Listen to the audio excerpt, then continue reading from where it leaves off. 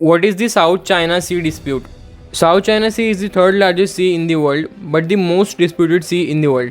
ये आपके सामने मैप है साउथ चाइना सी का, और ये पूरा एरिया जो है वो साउथ चाइना सी में आता है।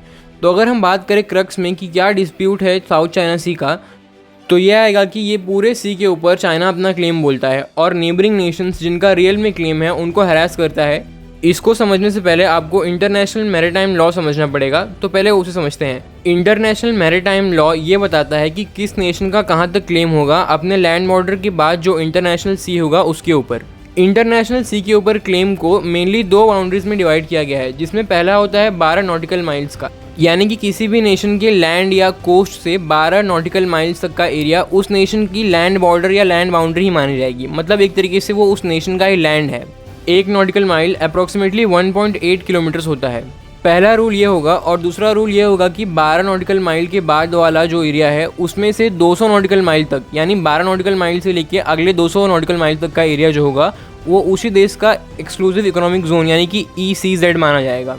यानी कि इस एरिया में कोई भी नेचुरल रिसोर्सेज मिले, जैसे कि ऑयल, गैस या फिर मिनरल्स मिले या फिर फिशिंग हुआ, वो सारा वो कंट्री ही करेगा।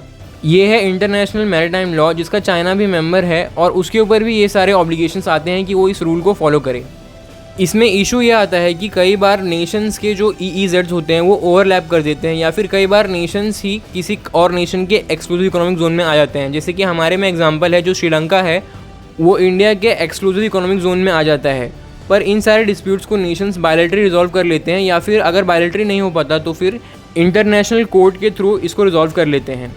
जैसा कि सारे ही नेशंस जो कि साउथ चाइना सी में चाइना से डिस्प्यूट करते हैं साउथ चाइना सी के बॉर्डर्स को लेकर, उन्होंने भी अपने क्लेम्स को ले जाकर इंटरनेशनल कोर्ट में रखा और इनके फेवर में ही वर्डिक्ट आया, चाइना के अगेंस्ट में आया। पर चाइना इस कोर्ट के वर्डिक्ट को भी नहीं मान रहा है। अब यहाँ तक आपको एक जनरल आइडिया हो गया होगा कि क्या है इंटरनेशनल मैरीटाइम लॉ। अब आगे समझते हैं साउथ चाइना सी के इंपॉर्टेंस को इकोनॉमिकली और जियोपॉलिटिकली। इकोनॉमिक इंपॉर्टेंस की बात करें तो साउथ चाइना सी जो है वो वर्ल्ड का 1/3 जो ट्रेड है बाय वॉल्यूम वो अकाउंट करता है, यानी कि वर्ल्ड का 1/3 ट्रेड साउथ चाइना सी से होके होता है। और इसको वैल्यू में अगर हम बात करेंगे तो अप्रॉक्सीमेटली $2 ट्रिलियन का ट्रेड साउथ चाइना सी से होकर गुजरता है। आप ब्रॉड व्यू लेके ये बात देख सकते हैं कि वर्ल्ड की टॉप 15 इकोनॉमीज़ में से 3 या 4 तो यहीं पे प्रेजेंट हैं। मैं बात कर रहा हूँ जापान, चाइना, साउथ कोरिया और इंडोनेशिया की। ये सारे कंट्रीज़ के एक्सपोर्ट्स और इनकी इकोनॉमी को चलाने के लिए जो एनर्जी डिमांड्स हैं उनको फुलफिल करने के लिए जो क्रूड इंपोर्ट होता है वो ये साउथ चाइना सी पे ही डिपेंड करता है। साथ ही में वर्ल्ड का ये एरिया कुछ मोस्ट इंडस्ट्रियलाइज जोन में से आता है पूरे वर्ल्ड में, China being the leader of industries in manufacturing. इसके अलावा साउथ चाइना सी में approximately 7.7 billion barrel oil reserves हैं, और गैस के भी काफ़ी सारे डिपॉजिट्स हैं जिनका estimate approximately 266 trillion cubic feet gas reserves हैं, जो कि अकाउंट करता है अप्रॉक्सीमेटली 60 से 70% of total natural resources available in the South China Sea. ये दोनों ही एस्टिमेट्स एकदम कंजर्वेटिव साइड लिए गए हैं, यानी कि रियल फिगर कुछ ज़्यादा भी हो सकता है इनसे। इसके अलावा कई सारे रेयर अर्थ मेटल के रिजर्व्स भी प्रेजेंट हैं इस एरिया में, जिनका यूज़ कटिंग एज टेक्नोलॉजी में होता है, जैसे कि सेमीकंडक्टर्स, ICBM मैन्युफैक्चरिंग या फिर न्यूक्स या स्पेस के फील्ड में होता है। इसके अलावा फिशिंग, जो कि एक इम्पॉर्टेंट पार्ट है साउथ ईस्ट नेशन के लोगों के डाइट का, उसकी भी यहाँ पे भरमार है, यानी कि वर्ल्ड का 10% ग्लोबल फिशिंग यही होती है। साथ ही में 1/3 ऑफ टोटल मरीन डाइवर्सिटी यहाँ पे ही प्रेजेंट है। तो चाइना जैसे नेशन जिसकी पॉपुलेशन इतनी ज़्यादा है उसके लिए काफ़ी इंपॉर्टेंट होगा अपनी फूड सिक्योरिटी के लिए साउथ चाइना सी। अब जियोपॉलिटिकल इंपॉर्टेंस की बात करें तो वर्ल्ड का one of the most important choke point की एंडिंग इंडियन साइड से साउथ चाइना सी में ही होती है। मैं बात कर रहा हूँ मलाक्का स्ट्रेट की। जो साउथ चाइना सी को कंट्रोल करेगा वही मलाक्का स्ट्रेट को भी कंट्रोल करेगा। मलाक्का स्ट्रेट की इंपॉर्टेंस के ऊपर हमने 2 डिटेल्ड वीडियो बनाए हैं, जिसको आप इस वीडियो के बाद में आई बटन पर क्लिक करके देख सकते हैं।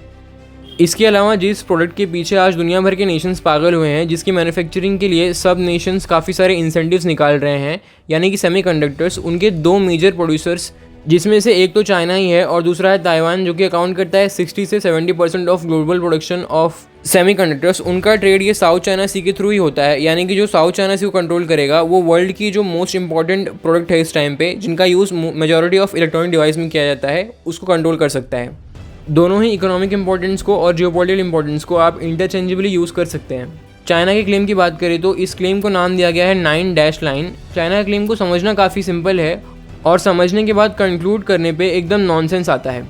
ये आप मैप देखिए, ये साउथ चाइना सी का मैप है और इस पर आप देखेंगे तो 9 लाइन्स दिख रही हैं आपको, जिनको मैंने एरो से भी डिनोट किया है। चाइना का कहना है कि ये एक एंशंट मैप है और ये जो 9 लाइंस बनी हैं ये बाउंड्री को डिनोट करते हैं, यानी कि चाइना का कोई एम्पायर होगा किसी टाइम में जिनके कंट्रोल में ये एरिया आता था। ऐस की ये मैप में ये एरिया उन्होंने डिनोट करके रखा है, इसलिए वो उनके क्लेम में आता था। तो मॉडर्न टाइम में जो पीपल रिपब्लिक ऑफ चाइना है उसके भी कंट्रोल में ही होगा ये एरिया। अब ये क्लेम नॉनसेंस इसलिए है कि अगर आप हिस्ट्री में जाकर आज मॉडर्न डेज की बाउंड्री को फॉर्म करने लगेंगे तो कई सारे नेशंस के बहुत सारे डिस्प्यूट स्टार्ट हो जाएंगे बहुत सारे नेशन के साथ में, और एक ही टाइम पे बहुत सारी वॉर होने लगेगी पूरे वर्ल्ड में। ऐसे कि टाइम टू टाइम हर एक नेशन के बॉर्डर चेंज होते रहते थे। जो आज बॉर्डर है नेशंस के, ना ही वो 100 साल बाद होंगे और ना ही वो 100 साल पहले थे जैसे आज हैं। अगर चाइना के क्लेम के हिसाब से इंडिया बोलने लगे तो इस हिसाब से हम बे ऑफ बंगाल, अरेबियन सी और पूरा इंडियन ओशन अपने क्लेम में रख सकते हैं। ऐसे कि हमारे एक ग्रेट किंग थे समुद्रगुप्त नाम के, उनके बारे में बोला जाता था कि समुद्रगुप्त का घोड़ा 3 समुद्र का पानी पीता है, यानी कि बे ऑफ बंगाल, अरेबियन सी और इंडियन ओशन। पर मॉडर्न टाइम में हम ऐसा नहीं कर सकते ना, इसीलिए आज मॉडर्न टाइम में चाइना का ये क्लेम एकदम रेडिकुलस है। चाइना का इसमें ये सारे ही नेशंस जो आपको इस टाइम पे स्क्रीन पे दिख रहे हैं इनसे डिस्प्यूट है, जिनके नाम है Taiwan, Brunei, Malaysia, Vietnam, Indonesia और मोस्ट इंपॉर्टेंट फिलीपींस। फिलीपींस को मोस्ट इंपॉर्टेंट इसलिए बोल रहा हूँ क्योंकि ये नेशन एक अलग से डिटेल्ड वीडियो डिजर्व करता है, क्योंकि फ्यूचर में चाइना के आगे कोई नेशन अगर खड़े हो सकता है या फिर करंटली कोई नेशन जो चाइना से सबसे ज़्यादा भिड़ रहा है इस टाइम पे साउथ चाइना सी में, वो फिलीपींस ही है। आप न्यूज़ में देख ही रहे होंगे कैसे चाइना हैरास करता है फिलीपींस को। ऑलमोस्ट अब वीकली हो गया चाइना का हैरास करना फिलीपींस को। तो पूरा डिस्प्यूट साउथ चाइना सी का यही है।